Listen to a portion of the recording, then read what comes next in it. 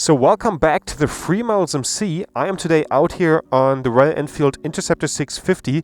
It's kind of the first proper day here in Germany where you can go out. It's 9 degrees, it's super dry, really nice weather, and we're on completely new tires. And the bike hasn't been out for, let me think, 4 months. I have a little bit of a topic I want to discuss with you guys today. A few thoughts bouncing around in my head that cannot leave me alone since Christmas. I'm thinking about doing a world tour. Yeah, I just said it. That doesn't mean I'm going to do a world tour. It's just I'm thinking about it and it doesn't really leave my head, and that's kind of how all my trips started. That I was like, oh yeah, I want to do that, but I can't. And then really? And then I continued from there basically. Let's get on the road and talk about it. So kind of how did this whole thing get started? I of course watch other videos of other creators, and also I did my own tours, and I'm kind of starting to reach the end of Europe in the sense that I struggle to make more big tours in Europe that are attention catching. And on that note, I actually talked with a friend a few months back, and he is also a YouTuber, Unordinary World. Feel free to check his channel out. And we were texting one day, and he was just like, yeah, I'm doing a world tour. And I was like, wait, how? Like, how are you doing a world tour? And then he just said like, yeah, I'm just going to go to some country, and then I'm going to leave the bike there and go back. And I was like, and going to do that over and over again. I was like, that's brilliant. How didn't I come up with that? That's so brilliant in the sense that, like, that's kind of a way how everyone can do a world tour. And since then, my mind was not left by that thing.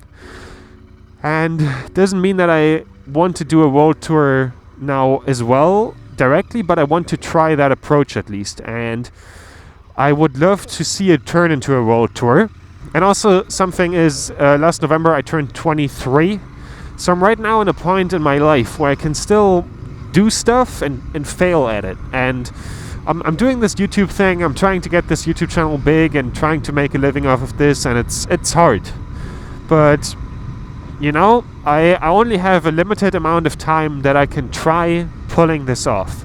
So I cannot really afford to half-ass it. Some big boy steps are required in starting something like that. Of course, then when thinking about doing something like a world tour, the question quickly arises with what bike should I take, as the bike is something quite important when it comes to that. And yeah, of course the obvious answer for people that watch my channel would be the 500 Euro XJ I took to Iceland and Morocco. And I would love to agree, but and I want to actually build that bike into an adventure bike that you can take on tours, and I want to continue making content with that motorcycle. The problem is just that bike has a huge amount of emotional value, and then with it having seen quite a lot of tough things already, brings in the possibility for trouble. And as the emotional value of that motorcycle is quite high, as I literally had moments where I kind of really had to depend on that motorcycle, I don't know if I feel comfortable doing that, because if the bike then stops working sufficient enough for a world tour, I maybe would have to leave it behind, and that is something that I don't want to do. So other options would be the other XJ that I haven't shown on the channel yet, but that I have bought for also $500. That is even running better than the old XJ when I first got it.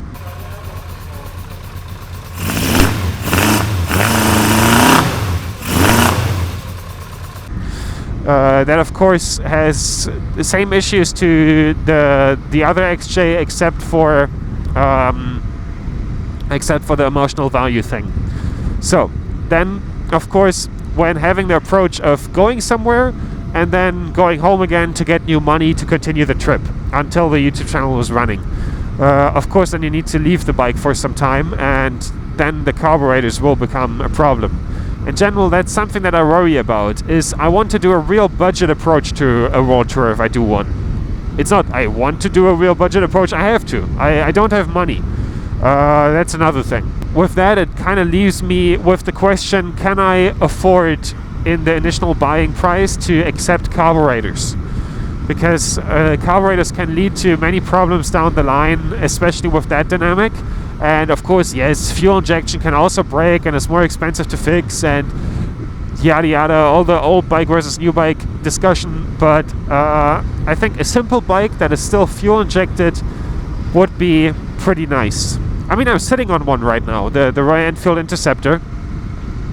It's just, with the Royal Enfield Interceptor, I toured this bike already, and it is a really, really nice bike. It's kind of almost too nice to take it for a tour like that, as it's really pretty, and you're basically riding a bike into the ground if you do a world tour.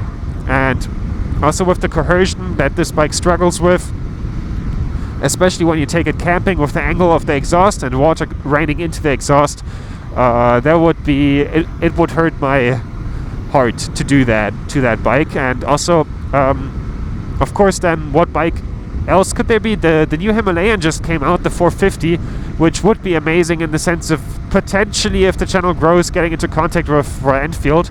But first of all, I don't have the money to buy that bike, except if I now sell this one, and then it still becomes difficult. Then it's the first bike with a liquid-cooled engine that Royal Enfield has built, and I fully trust Royal Enfield as a brand, and I think they make great engines and great bikes. Problem is just, even if you really trust a company with them making good bikes and good engines, do you really want to buy the first liquid-cooled engine that company has ever produced, and also that first run of that company? No, you don't. But the Royal Enfield 450 has another really big advantage, that how it influences me. People want to buy that bike, which leaves them with selling their old 411s. And I kind of feel like the 411 could be perfect for me. I already sat on a bike with that engine, the Scram 411, and I didn't like it because it's not really fitting for Germany. And at the time I was thinking, for a little more money you can buy a nicer bike. And I was right about all those things at the time. But right now those bikes here in Germany go for 2 to 3 grand with around 10,000 kilometers on the clock. That's tempting. That's really tempting, because that's the area where I start feeling comfortable with dropping a bike. And it's an amazing package for that money, and I would have way less reliability issues. Also, as with this bike being on the market already for quite some time, as the 411 also in the beginning had many issues with broken frames and stuff like that, but those were issues that have been fixed out of the bike over the run of production by now. So that's a real serious contender when it comes to motorcycles.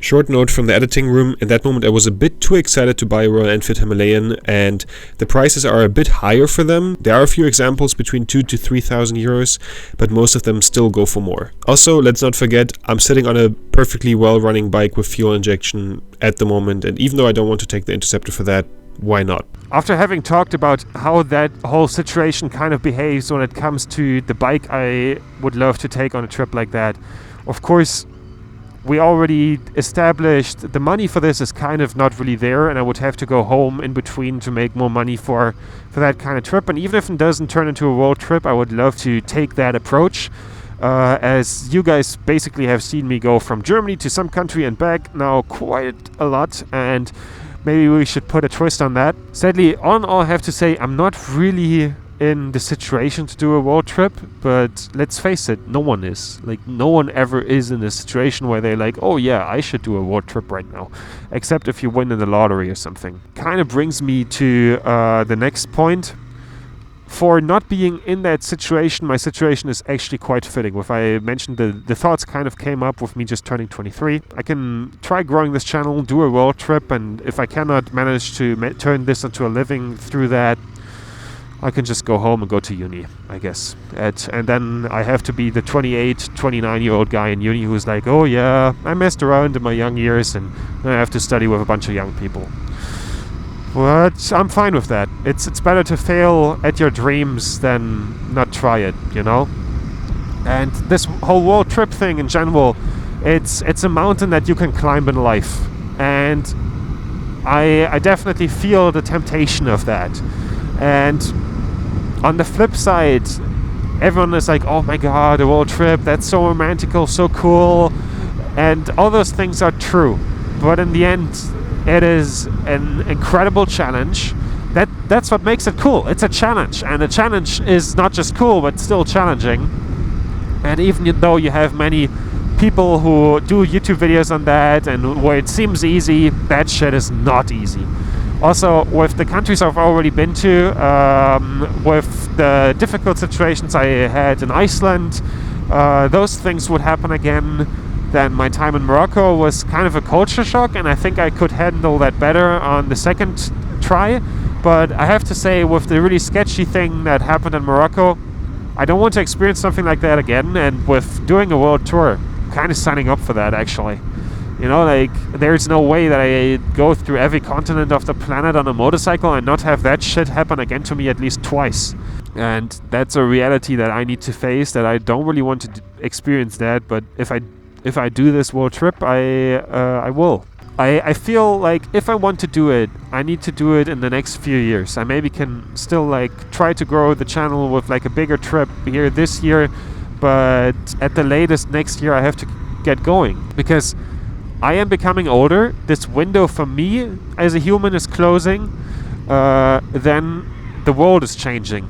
That is also, maybe this is kind of a controversial opinion, but I feel like we could right now have one of the last windows to actually do a world trip. Politically, things are becoming a bit rougher at all parts of the planet. We've been experiencing that quite a lot for the last 2 years. Also, climate change is really knocking on the door. Like every trip I do, I drive through some part of land and I think to myself, well, damn, this climate change thing is not fun. From all the trips I did on the channel and also my surf trips I did before I had the channel, many of them were influenced by climate change.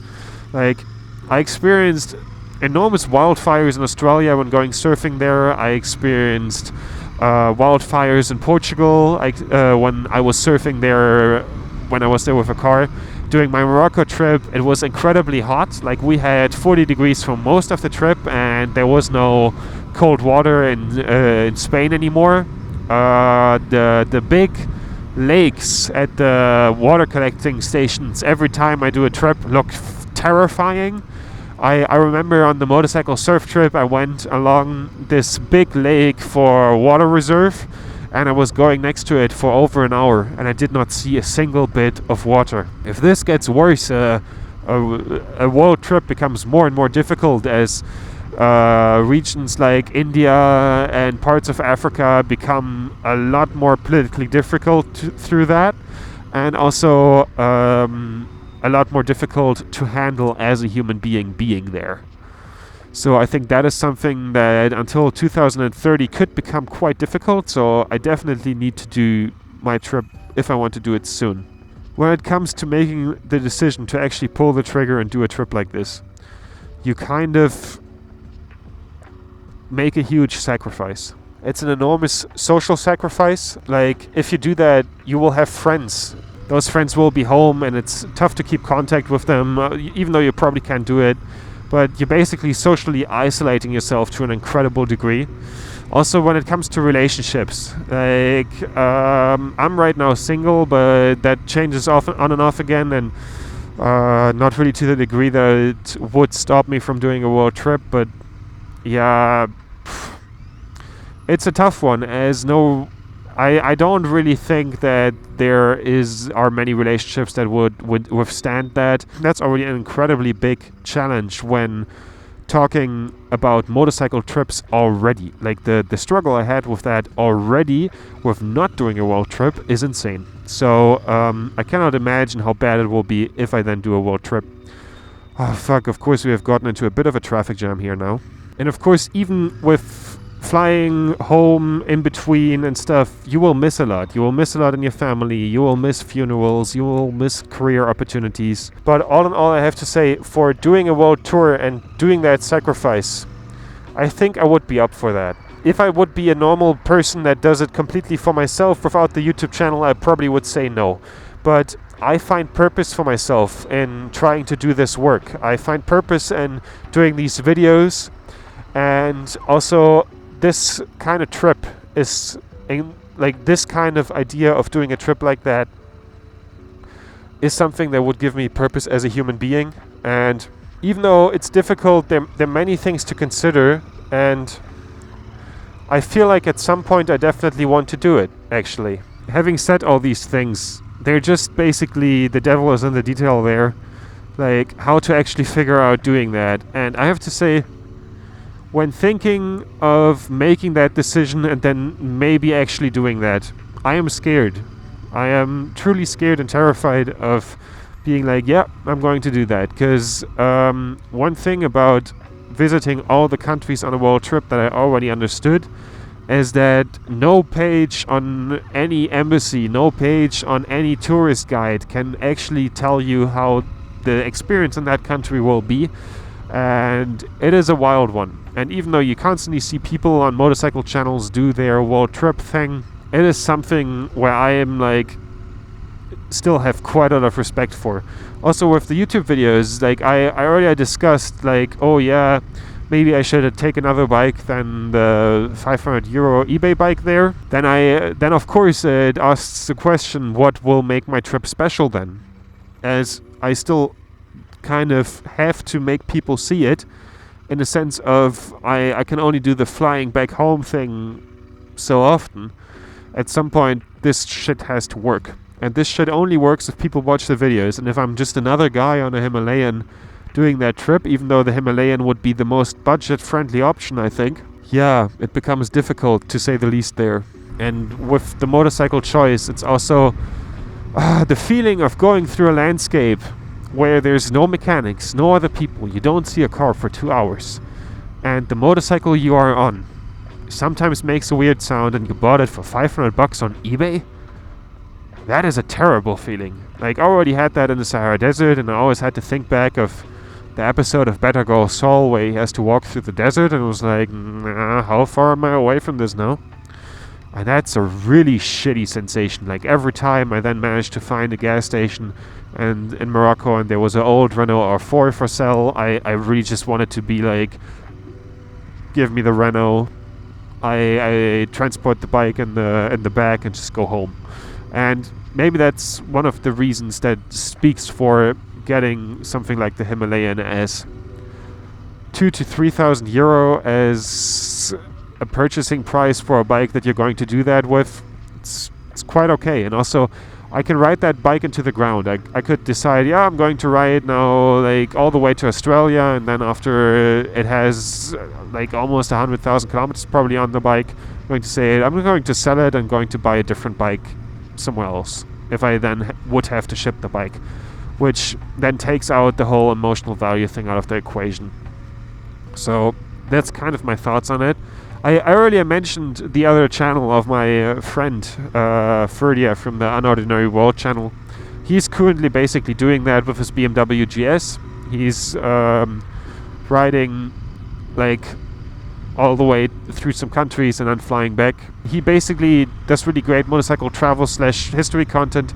Feel free to check it out, as he kind of inspired me with my thoughts on that, and it wouldn't be fair not mentioning that. So yeah, what are your thoughts on doing a world trip, and also on me doing a world trip? As if I do a world trip, I probably would also have to rely on my community in the sense of maybe asking where I could crash somewhere for a night or something, you know. And yeah, definitely feel free to leave your opinions in the comments, and I hope that you enjoyed this little thought experiment, and maybe it doesn't just stay a thought experiment. I would love that, actually.